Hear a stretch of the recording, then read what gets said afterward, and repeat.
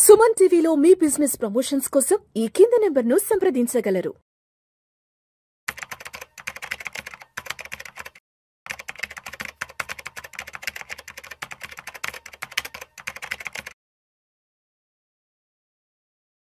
రామచంద్రమూర్తి గారు నమస్తే సార్. నమస్తే విష్ణు గారు. Welcome to Vishnu talks. Thank you.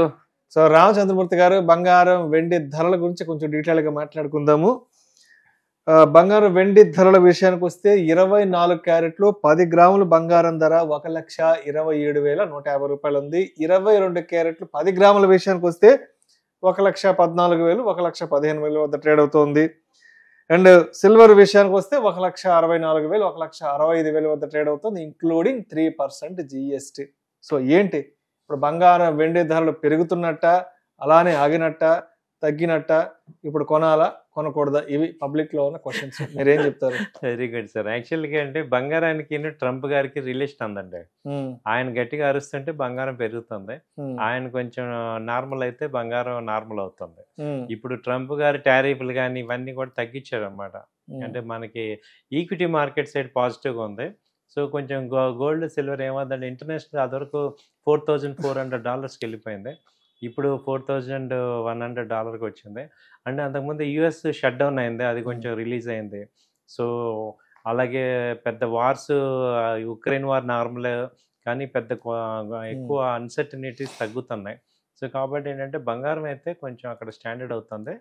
But 4,000 అయితే మేజర్ బేస్. అదివరకు 3,900 దాకా వచ్చింది. అంటే మొన్న లాస్ట్ వీక్ 1,17,000 దాకా వచ్చింది గోల్డ్. సో ఇప్పుడు ఏంటంటే గోల్డ్ కూడా ఇప్పుడు తగ్గుతూ ఆ రేంజ్లో అయితే ఉంది. అంటే 1,27,000 నుంచి 1,19,000 మధ్యలో రేంజ్లో ఉంది ప్రజెంట్. సో అయితే మనం ఏం చేయొచ్చు అంటే ఓవరాల్గా చూస్తే గోల్డ్ సిల్వర్లో ఇప్పుడు అంతకు ముందుకి ఇప్పటికి తేడా ఏంటంటే, ఇది కొంచెం అందరూ అర్థం చేసుకోవాలంటే ఒకప్పుడు సిల్వర్ 1990లో 100 అదే బాగా పెరిగి మళ్ళీ 1 yearలో తగ్గింది. కానీ ఇప్పుడు సిల్వర్ తగ్గితే మళ్ళీ 1 lakh వస్తుందా అంటే ఛాన్సెస్ కష్టం. ఎందుకంటే సిల్వర్కి ఇండస్ట్రియల్ యూసేజ్ బాగా పెరుగుతుంది. అంటే సోలార్ వెహికల్స్లో కానీ, ఫోన్స్లో కానీ, chip manufacturing, so electrical panels, వీటన్నిటికీ సిల్వర్ డ్యూయల్ యూసేజ్ ఉంది.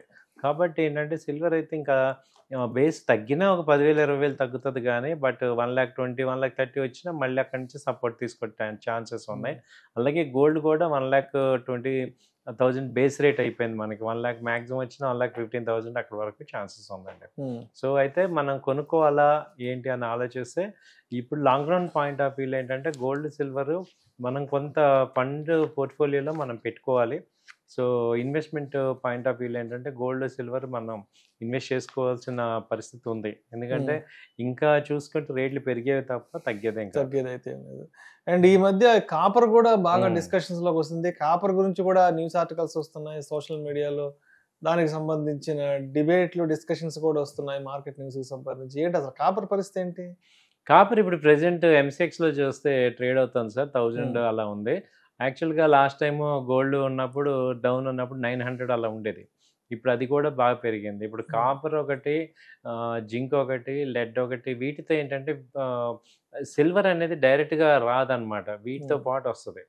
కాబట్టి ఇప్పుడు సిల్వర్ డిమాండ్ పెరుగుతున్నప్పుడు వీటి డిమాండ్ కూడా పెరుగుతుంది అనమాట. సో అందువల్ల ఈ రేట్లు పెరుగుతున్నాయి. సో సిల్వర్ ఓర్ అనేది వీటితో పాటు బాక్సైట్, కాపర్, జింక్, లెడ్ వీటితో మిక్స్ అయి ఉంటుంది.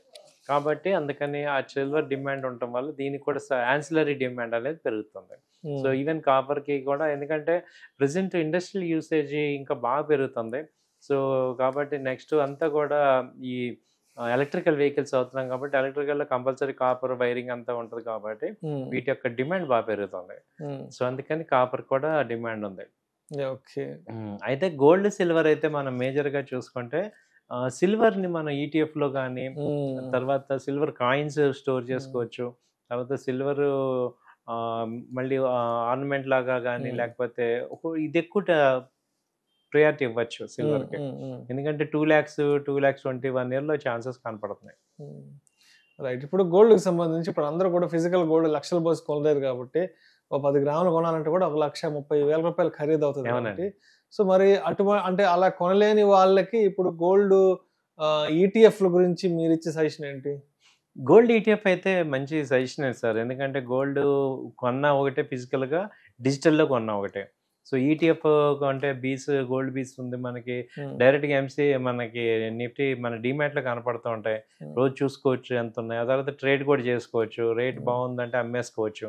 But long term point of వ్యూలో స్టోర్ చేసుకోవటం ఈజీ. మెయిన్ అలాగే ఎక్కువ గోల్డ్ వేసుకున్న బయట థ్రెట్ ఉంటది కాబట్టి ఇందులో ఆ ప్రాబ్లమ్ లేదు. అలాగే గవర్నమెంట్ ఇచ్చే సీలింగ్ లేదు. ఎంతైనా కొనుక్కోవచ్చు. సో సీలింగ్ లేదు కాబట్టి ఇది ఒక అడ్వాంటేజ్ మనకి. సో కాబట్టి ఈ డిజిటల్‌ని ఎక్కువ బెటర్ అనేది చెప్పుకోవచ్చు మనకి. రైట్. సో అయితే ఇప్పుడు మొత్తానికి మరి బంగారం కొనాలా? లేదంటే ఇంకొద్ది రోజులు వెయిట్ చేయాలా అన్న సందిగ్ధంలో ఉన్న వాళ్ళకి రామచంద్రమూర్తి గారు ఏం చెప్తారు? బంగారం ఇప్పుడు మీరు ఒక 100 గ్రామ్స్ కొందాం అనుకున్న వాళ్ళు 50% ఇక్కడ తీసుకోవచ్చు సార్. బాగా తగ్గింది. అలా అని ఇంకా తగ్గుతుందా అంటే కొంచెం ఛాన్సెస్ ఉంది తప్ప మళ్ళీ అది పెరిగేదే. సో కాబట్టి ఒక బై అండ్ డిప్స్ లాగా కొనుక్కోండి. ఒక ఈ రేట్లో కొంత, మళ్ళీ తగ్గితే కొంత. బంగారానికంటే కొంత అమౌంట్ పెట్టేయండి. ఆ అమౌంట్ ఏం చేయాలంటే బై అండ్ డిప్స్ లాగా చేసుకోండి. సో బాగానే ఉంటుంది. సిల్వర్ కూడా సేమ్. సిల్వర్ కూడా కొనుక్కోవచ్చు. సిల్వర్ కూడా మంచి వాల్యూ వచ్చేస్తుంది. Right sir. Thank you sir. Thank you so much. Thank you అండి. Thank you.